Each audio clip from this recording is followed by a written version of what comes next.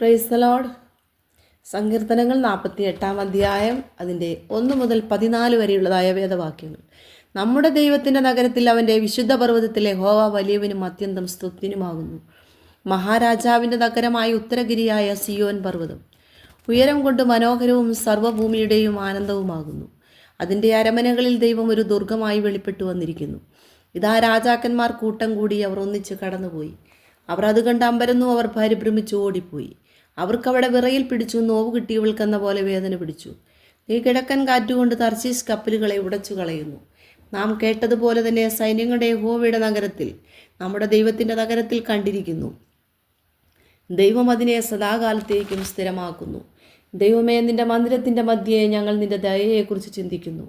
ദൈവമേ, നിന്റെ നാമം പോലെ തന്നെ നിന്റെ സ്തുതിയും ഭൂമിയുടെ അറ്റങ്ങളോളം എത്തുന്നു. നിന്റെ വലങ്കയിൽ നീതി നിറഞ്ഞിരിക്കുന്നു.